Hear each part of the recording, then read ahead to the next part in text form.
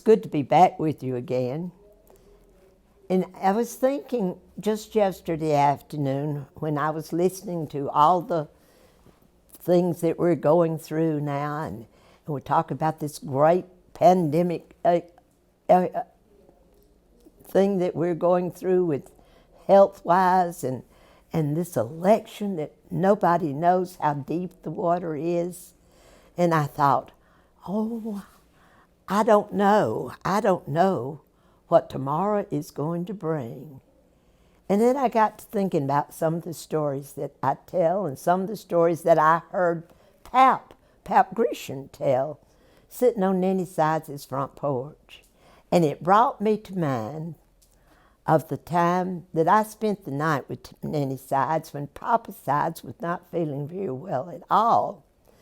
And we built up the fire in their bedroom, and everybody got in bed, and sometime during the night, I heard my grandmother get up and come over and shake Aunt Polly.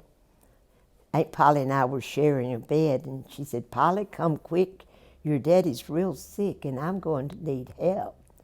Well, Aunt Polly was not the type of person that you needed to tell if there was some sort of catastrophe about to happen, because what Aunt Polly wanted to do was throw up her both hands and scream and run. Well, the first thing she did is get up, and then of course she began to cry. And grandmother said, Billie, wake up and take your Aunt Polly's hand and lead her across the road to the Copeland house. And ask Miss Copeland to send one of her sons over to tell your daddy to come quick. His daddy needs him badly. So I took Aunt Polly by the hand, and across the road we ran, down through a pine thicket, and it was as eerie and dark a night as you've ever seen.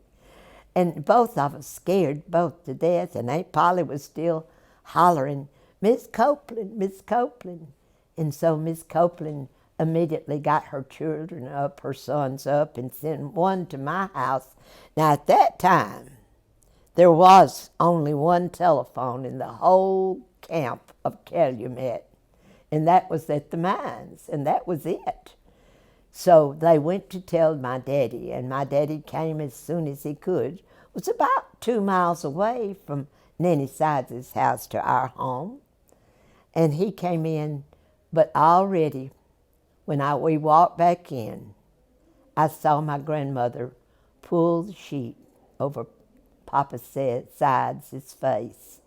Well, I was old enough, about 8 or 10, to know what that meant.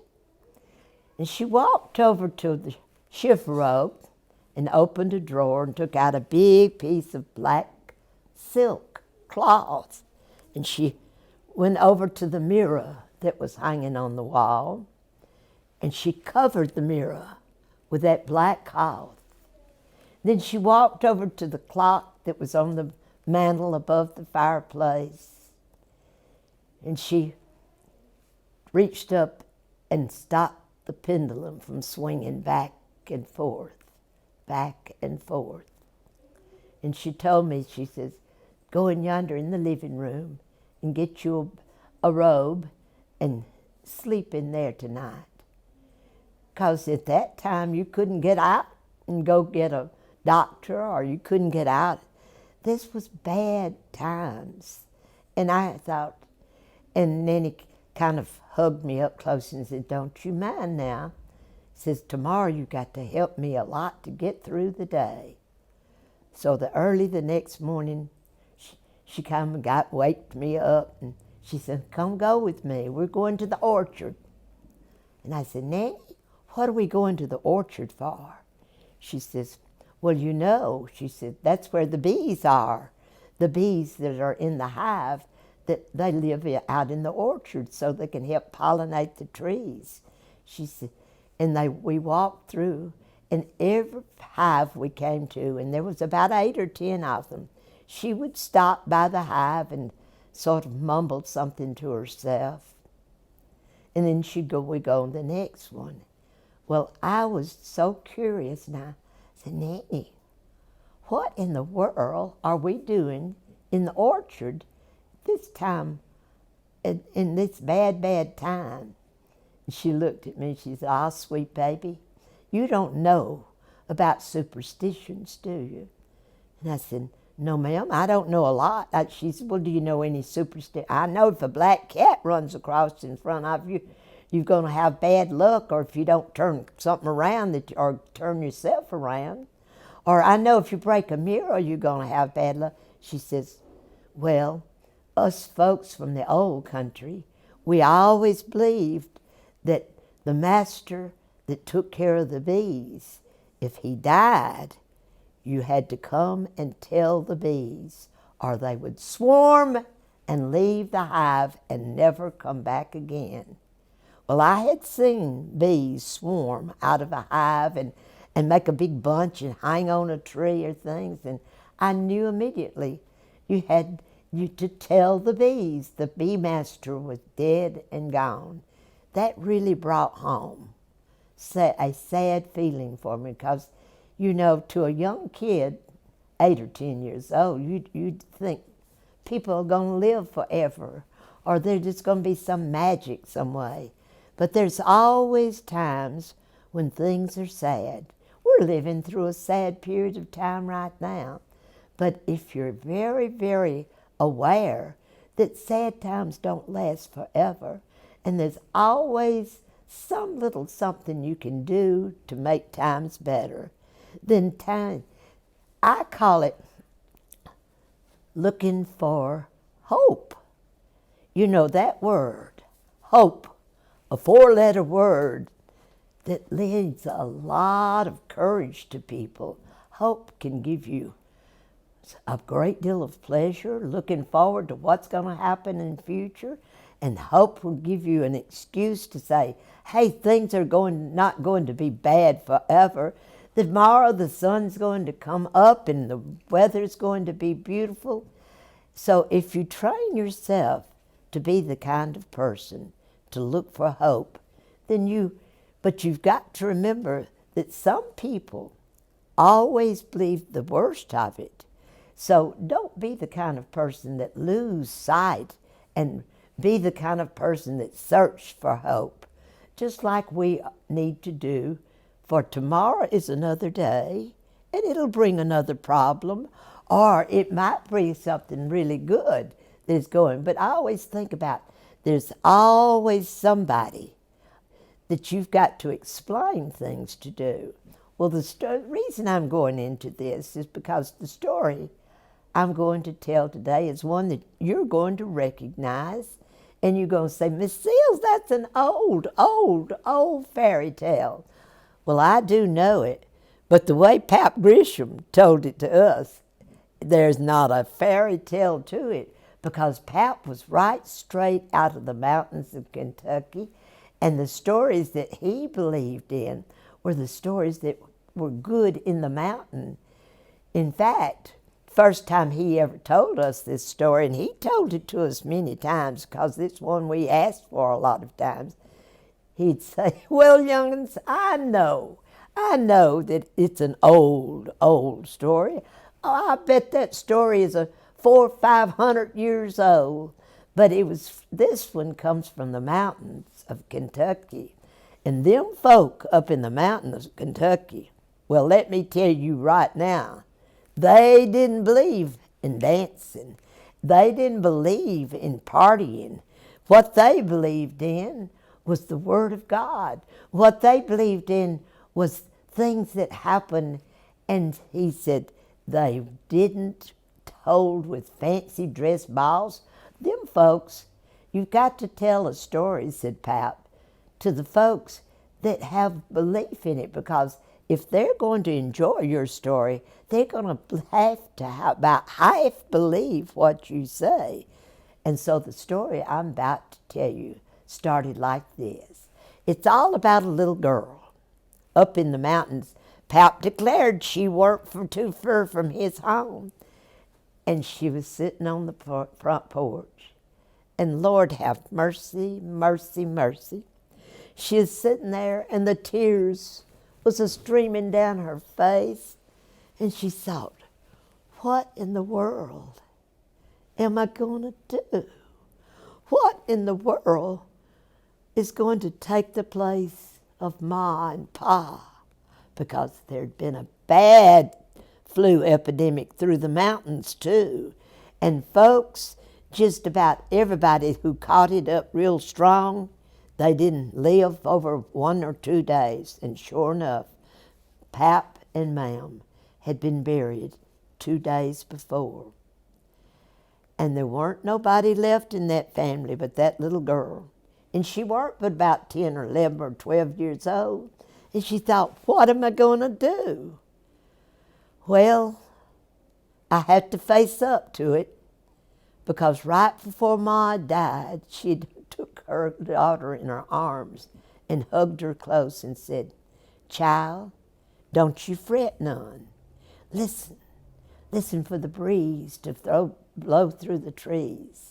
Listen and hear me sing my ballads to you through the wind, coming through the bushes and coming down by the creek.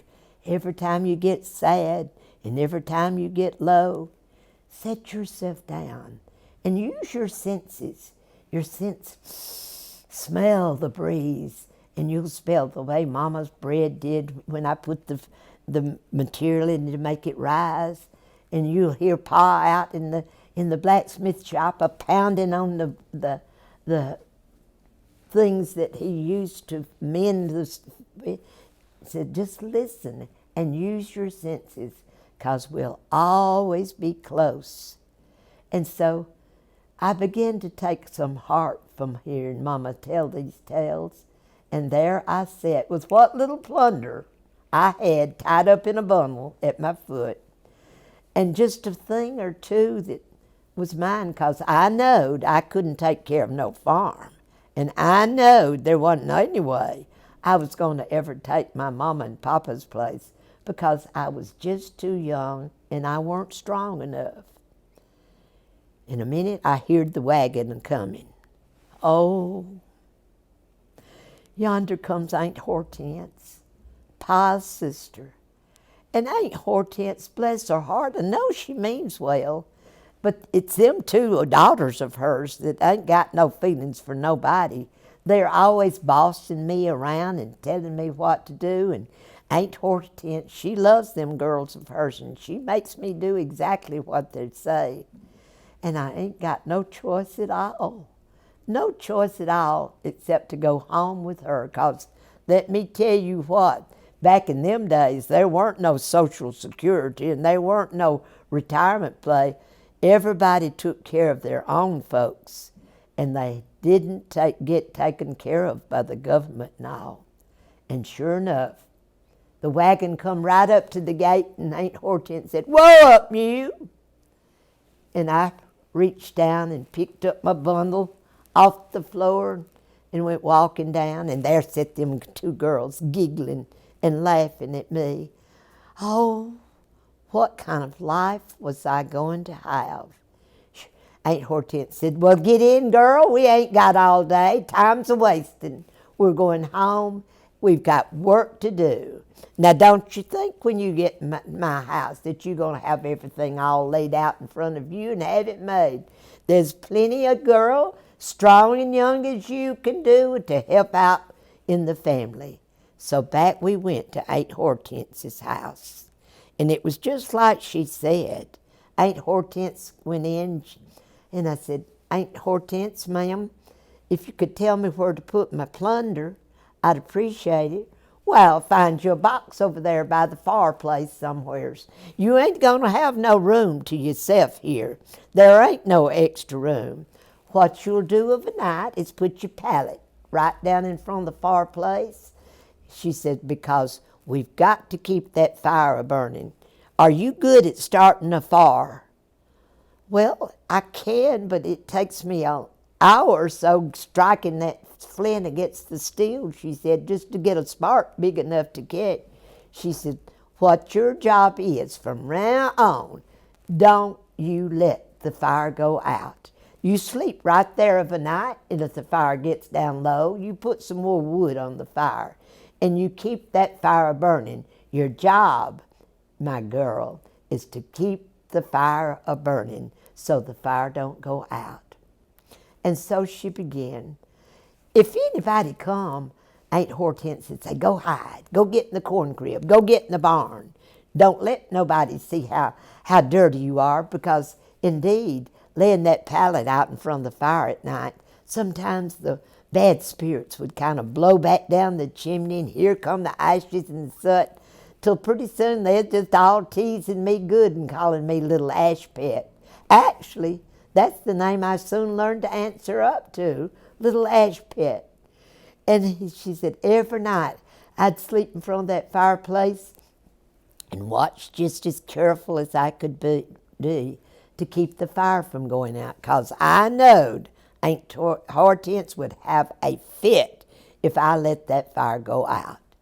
Well, time went on and on and on, and weeks changed into months, and pretty soon, you're not going to believe this, but months kind of changed into years. And them clothes that I had, that plunder, they were ugly and dirty and sooty and awful, and they were an object. I didn't want folks to see me when anybody come. And sometimes I'd get under the old number 3 wash tub and hide from folks when they come a-calling. In fact, folks completely forgot about me altogether. Then one day the oldest daughter come home from down at the settlement. Oh, so excited. You never seen anybody as excited as she was. Mama, she said, you ain't gonna believe this. And Aunt Hortense says, well, what is it, child? What is it? She said, the circuit riding preachers are coming through next week. They're aiming to build up a great big shed of dead branches and something down by the creek and have a revival service, Mama. They're coming to spread the word. They'll be here next Monday morning, and they say that flat-brand preacher man ain't married, and he's looking for a wife to help him spread the word through these mountains. Mama, I'm aiming to get myself all gussied up, and that man's going to fall in love with me and marry up with me. Well, the second daughter said, he will if he don't see me first. And so both girls ran very quick to their closet to open up to see what they had got. Well, Ash Pit heard exactly what they said, and she says, oh, I truly, truly hope they'll let me go. It's been a long spell. She said, 4 or 5 years since I've been to church. And she looked down at her clothing. She thought, but there ain't no use for me to go chasing after any sort of hope now. I ain't got anything fitting to wear to church. And so she went on with her work. And indeed, her mama kept finding chores for Ash Pit to do. She finally got up her courage and she said, Aunt Hortense, if you don't mind, and I get through with my chores, can I go to camp meeting too? She looked at me with those cold eyes of hers and she said, child, what in the world would you wear to church if you had a good chance to go? Well, poor little Ash Pit, she thought, there ain't no use for me to go chasing after any sort of hope. But she went out on the front porch, and she could remember in her mind and hear in her heart the voice of her mother singing those old songs and those old hymns. And she could hear the breeze blowing, and she thought, but hope is still there. Hope is still there. And so everybody in the family was so excited, everybody in the community, because these circuit riding preachers only came twice a year. And they would come and build that big brush arbor up, and they would spend the day singing and praising God and have dinner on the ground, and folks would take their wagon just full with good things to eat. Oh, Ashpet could almost believe that she could smell things a-cooking. Well, this went along, but the morning they got up, and everybody's so excited, and Ashpet trying to iron all them ruffles and frills in those fancy Sunday go-to-meeting clothes for the older girls to wear to church, when all of a sudden Aunt Horse says, "Ashpet!" And she said, "Ma'am, you've let the fire go out. Ashpet, how could you on this day when we need hot water and we need things to get freshened up and all, you've let the fire go out?" And then she's, "Oh, Aunt Hortense, I'm so sorry. Where's the flint and steel? I'll try to start it." "Flint and steel my foot. That takes you forever, and none of us are fitting to do it." She said, she turned to her oldest daughter. She said, "Daughter, go over to Aunt Casilda's house and borrow a lump of fire." "Mama, don't ask me to do that," said the oldest girl. "You know I'm plumb scared to death of Aunt Casilda. Everybody says, Mama, she's a witch woman. And I believe it. While the last time I was over there, I heard this strange dog a-hollering and a-howling at the moon. Mama, don't ask me." "Well, would you rather do Ashpet's chores while she goes?" "No, ma'am, I just guess I best try to go." And so she started walking over to Aunt Casilda's house. Now, Aunt Casilda was a powerfully old woman, and she did sort of look kind of like maybe a witch woman, because bless her heart, she weren't a pretty woman to begin with. And then she always so busy talking to herself and mumbling and things like that, till Ashpet thought, "My goodness, I'd hate to go over because I'm plumb scared of that old woman myself." Well, anyway, when the oldest daughter got above the house looking down, that house looked like it might be an old cabin, and it looked like there might be a ghost or two that might live around there. And she went up on the front porch and went knock, knock, knock at the door. And this old voice said, "Yes? Who is it?" It's Hortense's oldest daughter, ma'am. The fire's gone out, and I've come to borrow a lump of coal. Will you please let me borrow one?" "Well, I will," said the old woman, "if you do something for me." She said, "What can I do, Aunt Casilda?" She said, "I'll tell you," she says, "I have got my hair down and washed, and sure enough, there sat the old woman in a straight chair, and her hair, now most respectable women up in the mountains of Kentucky would wear their hair up in a big bun on top of their head, and when they took it down, it would tumble all the way down to the floor. And there sat the old woman with a fancy, fancy comb in her hand. Strangest looking comb the girl had ever seen. It looked like it was sort of glowing and alive, like it might have been made out of something like amber and had diamonds or something in it.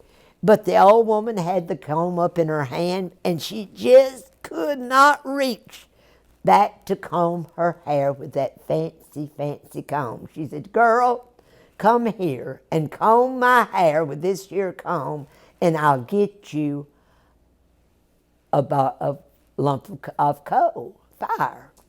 Well, it scared.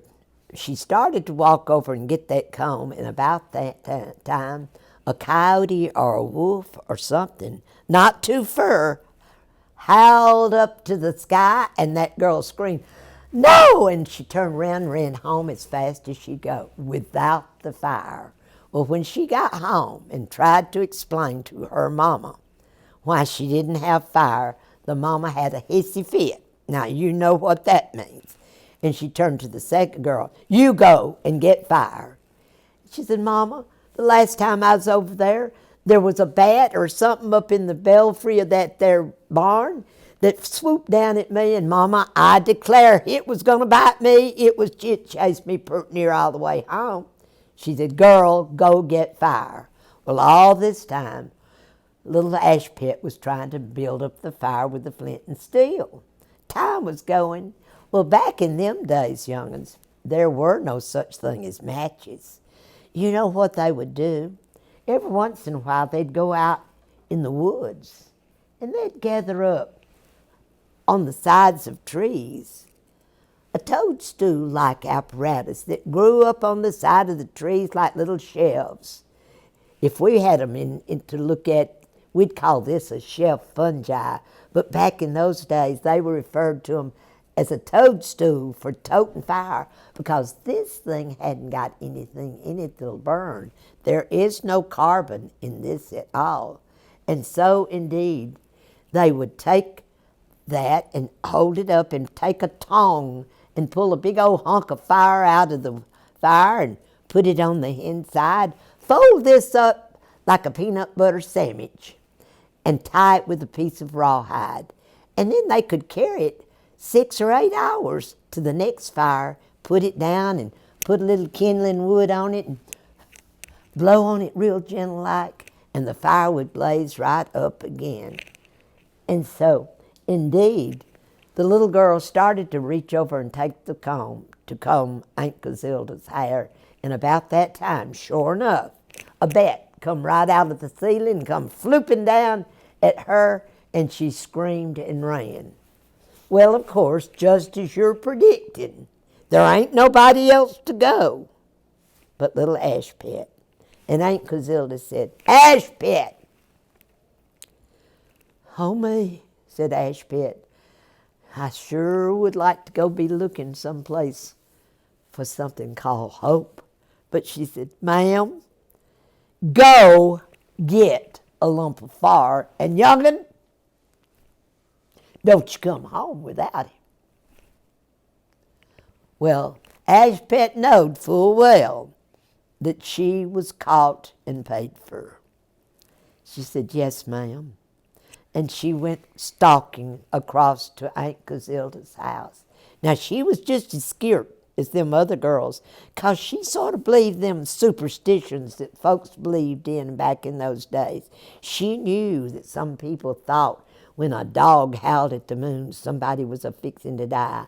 And she knew that if you broke a mirror, it meant somebody. She knowed when people died in the house, they covered their face with a cloth and they stopped the clock, and they covered the part of the mirror with a black cloth because they believed that their spirit hung around for a spell. So she went stalking over, scared, pert nigh altogether. She says to herself, "I will believe that there's something sort of called hope, and I will believe that some of these days I'm going to take part in it."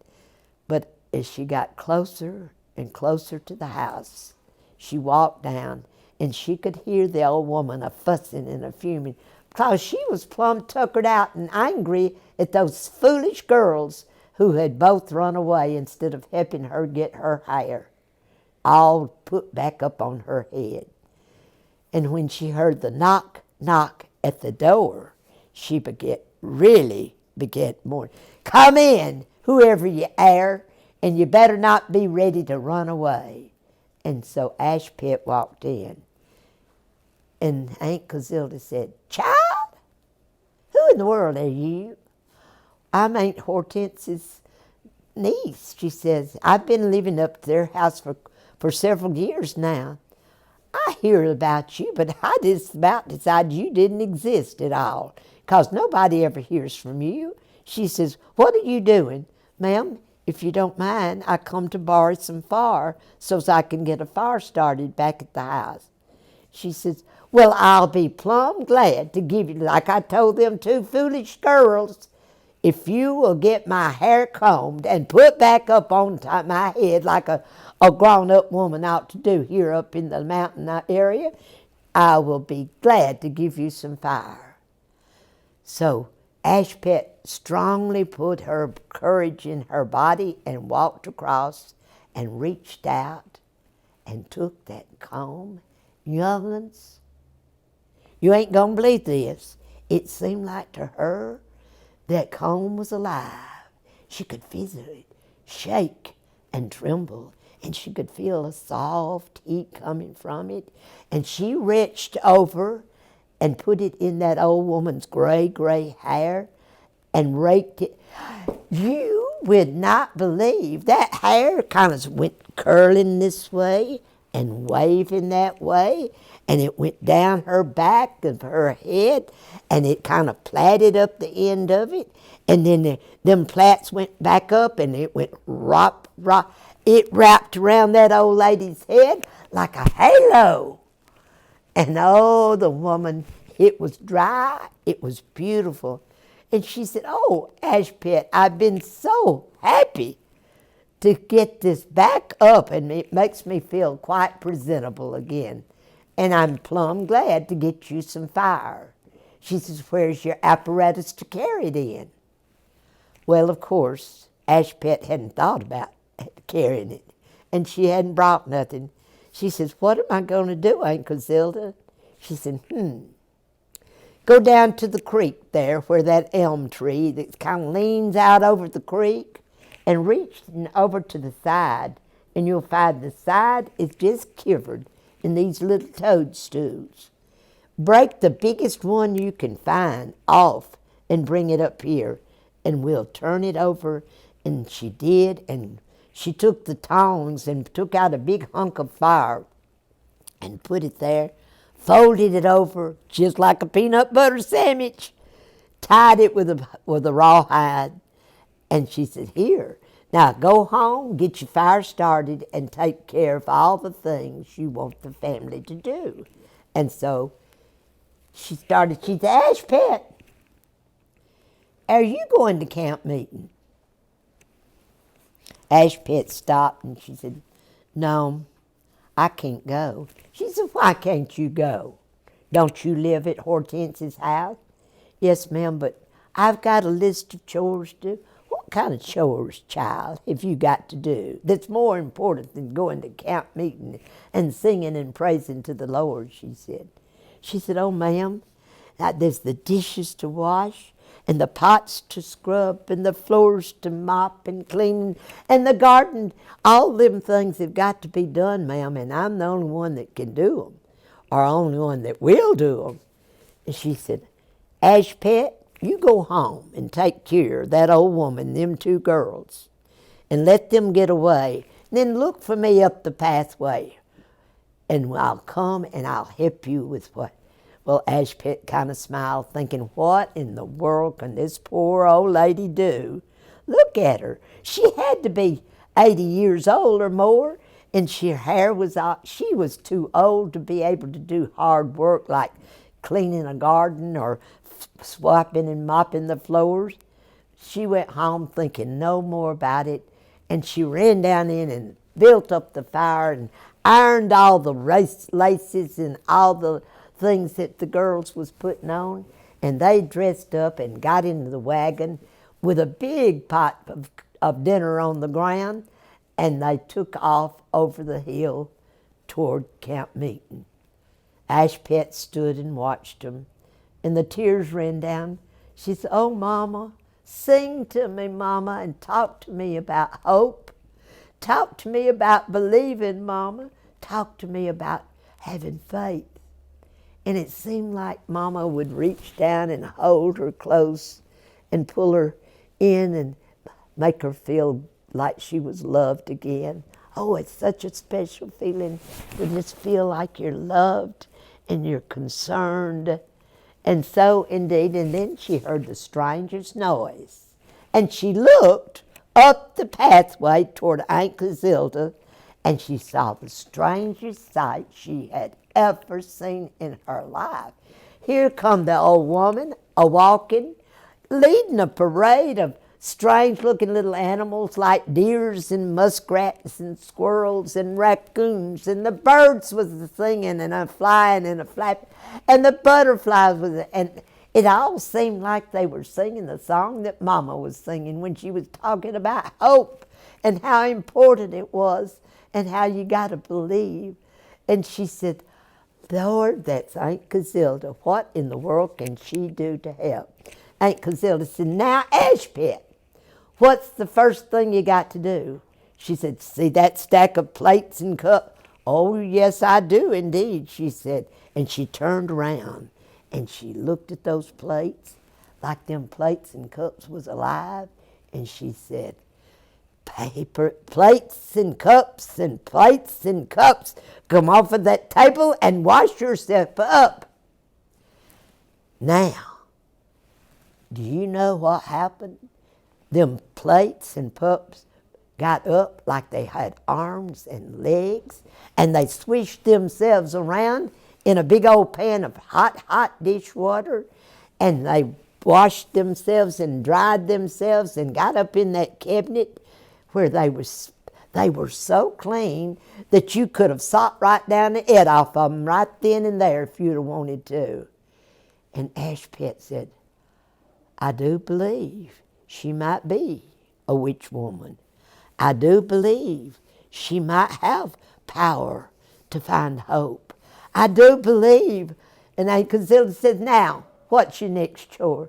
She said, them pots and pans, oh, they were black with soot and grease and such.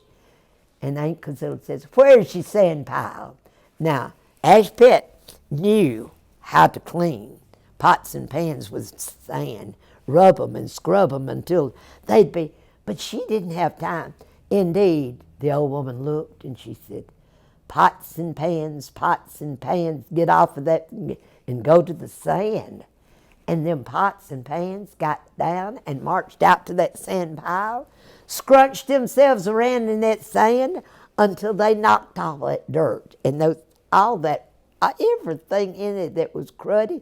Why, Ashpet picked it up and looked at it and she says, you can see yourself in it, almost like a mirror. Now, she said, the floors. And the old lady went over to the closet, and she says, brooms and mops and brooms, get out of there and do these rooms. And out they come. Have you ever seen a mop and a broom dance? Them mops and brooms was a dancing, and they were cutting the rug right there and there, and Aunt Casilda was standing over there clapping and singing, Alderman left with your left hand, a back at the center and right and left grand. You ain't never seen no party like that was going on right there in that house. Why, it hadn't been but 10 or 15 minutes. And she looked, she said, Ashpet, ain't you got no clothes at all except them you got on? No, I've outgrowed everything, and all I got's all dirt and soot and such as that. She said, oh, Ashpet, where's your quilt box? Now, every mountain home had a quilt box. That's where you put your little scraps and pieces of all the material that you've ever used. You put them there, and when it's time to piece them together and make quilts or pictures or something like that, you've got everything. She went over and she began to rummage down in that quilt box, and down in the very bottom of it, she found exactly what she was. It was a little piece of pink cloth, just about the size of a playing card. She said, oh, ain't that pretty?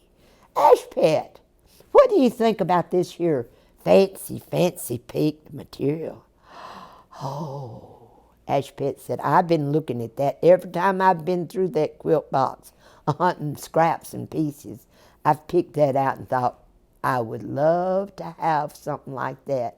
But it's just sort of what you might call a hope dress.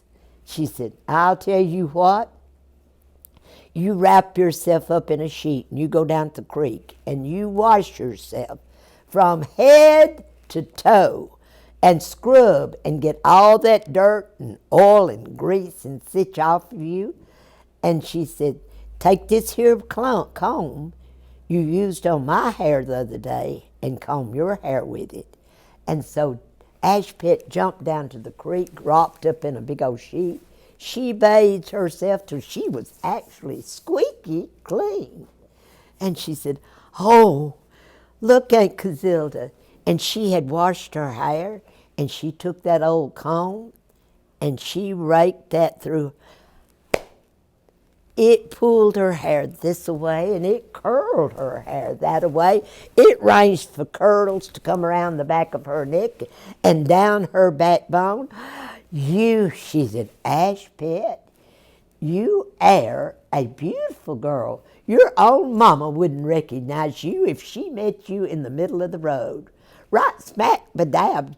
She said, oh. And she said, now, put that piece of material on your shoulder and shut your eyes. Ashpet put that little piece of pink cloth just about the size of a playing card, and she shut her eyes as tight as she could. She said, now, picture in your mind the most beautiful, beautiful dress you've ever seen in your life. And picture it the way you want it to look and how you want it to fit and all them things. And then think about shoes and hat and gloves, because a lady did not go to church in them times without fancy gloves and a hat bonnet that come across and tied at her chin, and indeed with fancy, fancy shoes. And when Ashpet opened her eyes, oh, she said, I never dared to dream and hope this much, she says. It's beautiful. She says, but how am I going to get to the church? She says, go down to the barn and look under that box where all that hay is stored. There's somebody waiting. She ran down there and picked that box, and there was a mouse there. A big old king-size rat it was. She carried it back, holding it by the tails, because Ashpet wasn't real fond of rats, you know. She said, oh, and Aunt Casilda took that rat and put it down, and she began to mumble and talk to it. And young'un, that rat growed and growed and growed till it was a right nice looking Pairball mare, a lady riding horse with a fancy, fancy side saddle where she didn't even have to sit across the horse. She could hang one knee around the front of the saddle. And she said, now listen well and follow my instructions. You can't stay past sundown.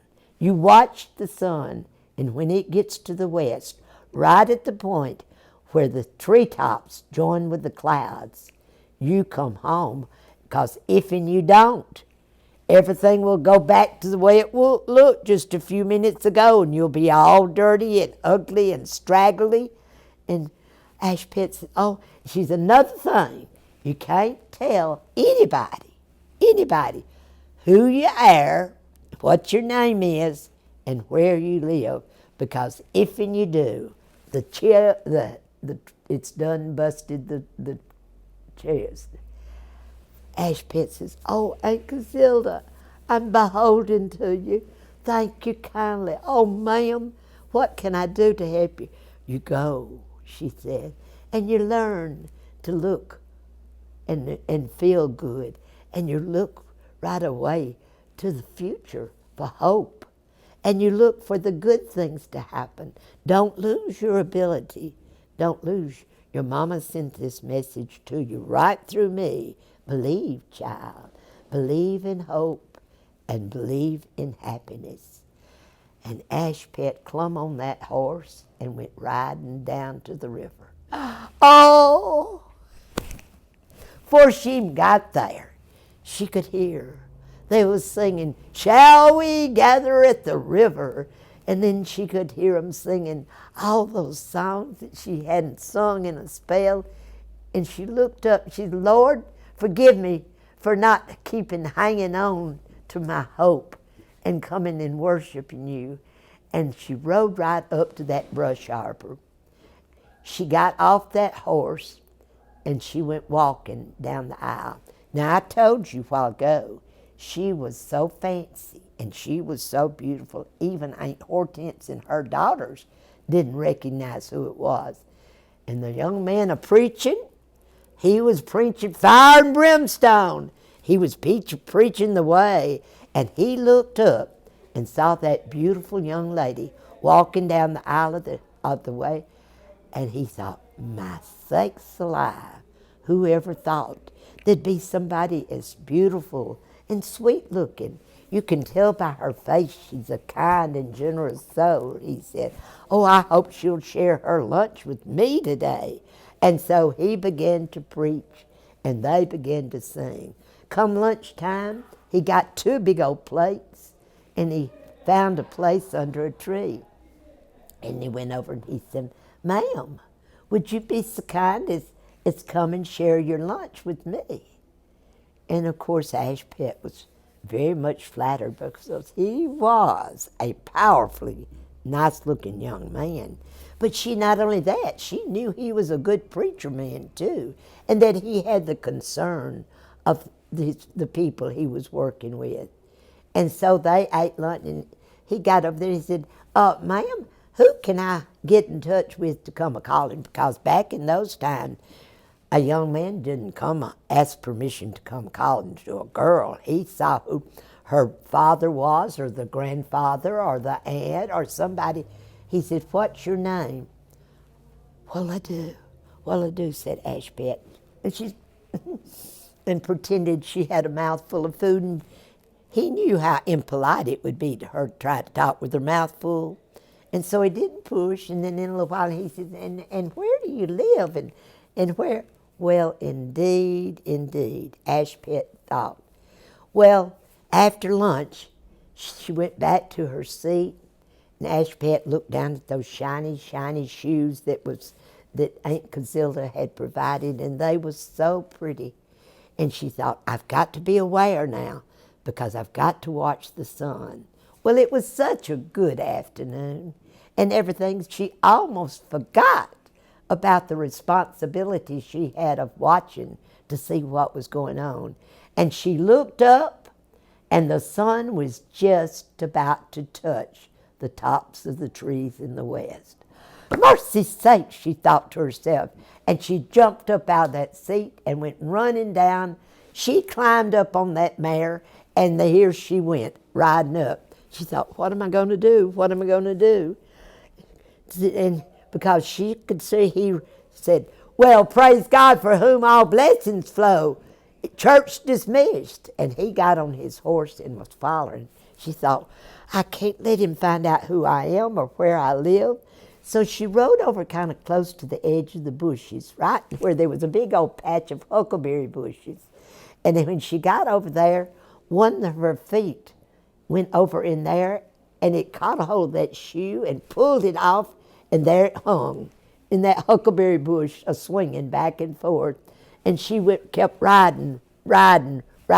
She couldn't lead him toward home. And he said, young lady, where do you live? She said, oh, look, I've lost a shoe. Oh, woe is me. I've lost a shoe, she said. Oh, kind sir, please, could you find my shoe? Oh, ma'am, I'd be glad to do anything for you. And he turned that horse around and went down the hillside. And sure enough, there in the huckleberry bushes swung the shoe. A tiny, beautiful, absolutely gorgeous shoe. And he took it up and he said, at least I'll have something, a clue to lead me, so I can never doubt I will find her, because someday I'm going to marry up with that woman. And so, indeed, everybody heard him make that pledge. And sure, the mountains fairly shook with excitement. He was going to be looking for his wife that would fit the shoe. Well, Ashpet got home and hid the everything away so that when Aunt Hortense and her two got there was no sign. Aunt Hortense was prepared to fuss and growl and grumble about what she thought Ashpet hadn't done, but everything was all spick and span. And of course, Aunt Casilda was not there anymore. And she stomped in. She said, well, I have to admit you did a right fair job, but those other two, all they could do was talk about that man and how handsome he was. And when he saw them, One of them said, if he hadn't been so busy with that fancy lady, he would have seen how perfect you and I both are. And so they began to watch. Well, Ashpet thought, what will I do if he comes a-calling? Well, sure enough, what she did was this. She went out and got that number 3 wash pan from the wash place and put it down in a big old rock to put in. And sure enough, when the preacher men come a-calling, she saw him from afar, and she got under that big old number 3 wash tub, and she got one of the girls to put that rock on top of it. Well, the oldest girl, now sounds like real stupid behavior, but now when one young woman is interested in attracting the attention of a young man, she does stupid things sometimes. And you know what she did? She went out to the woodpile. She chopped off every one of her toes on her left foot and tied her foot as tight as she could, and she was sitting right on the front porch. She said, oh, you brought my shoe, you brought my shoe. He looked at that little bitty shoe, and he looked at that big old foot, and he says, well, ma'am, I ain't too sure about that. And he knelt down and tried. That shoe would not begin. Well, the second one went out there and cut off both heels and tied her foot up as tight as she could. And she said, no, sister, that's my shoe, not yours.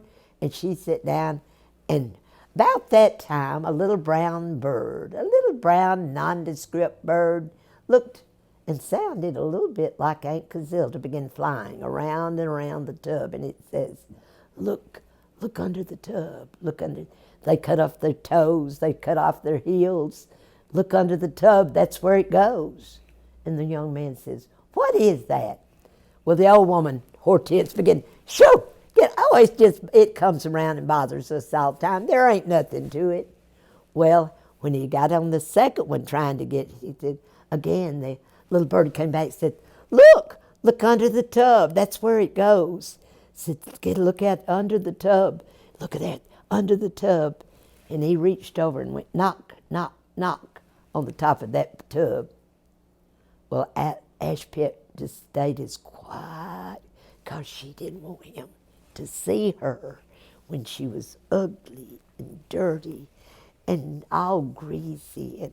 And she didn't say, well, he said, young lady, are you there? And he knocked again. Well, she knocked back.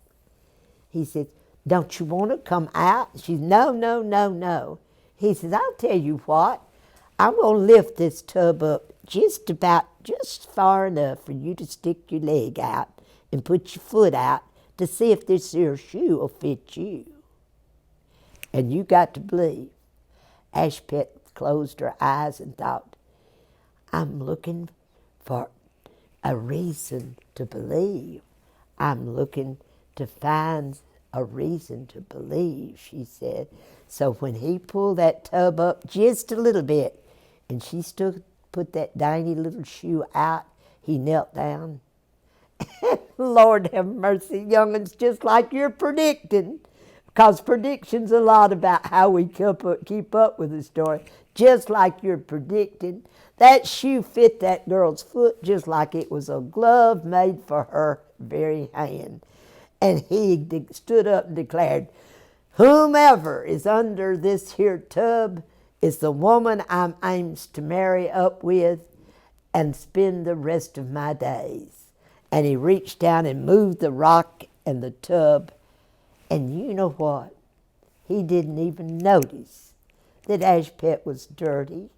He didn't even pay any attention at all that Ashpet had on clothes that didn't really fit. And he just said, and you, young lady, are the one that I have been looking for all of my life, to make me a helpmeet to spread the word through the mountains. He said, and you will be the one that I'm going to spend the rest of my life serving both you and the Lord. And Ashpet stood up and said, I do declare to the world that I have a strong, strong feeling of that everything is going to turn out all right.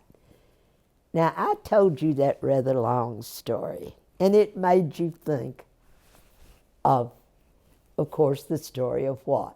Cinderella. And when I said that to Pap, he said, yeah, but young'uns, if I'd have told that story in the mountains, they'd have rode me out of town on a rail because mountain folk thought dancing and party going was sinful behavior. And they didn't want to sit around listening to somebody tell about something that was just trifling and not good behavior. He says, in fact, when you choose a story to tell to an audience, make sure the audience is the kind of person that is going to enjoy your story, and it's going to help you tell the story, and it's going to feel a sense of satisfaction that everything turned out all right. Thank you for being my guest today, and thank you for paying such good. And think, when you have a story to write or tell, you can read an old story and remake it to suit your needs. You can remake the story to have an outcome the way that you want it. And you don't have to say, this is my story. It's just the way you've picked the audience.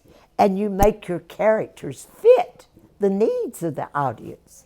And you make them glad that they came and heard the story of Little Ash Pet told from the mountain version. Thank you so much for listening.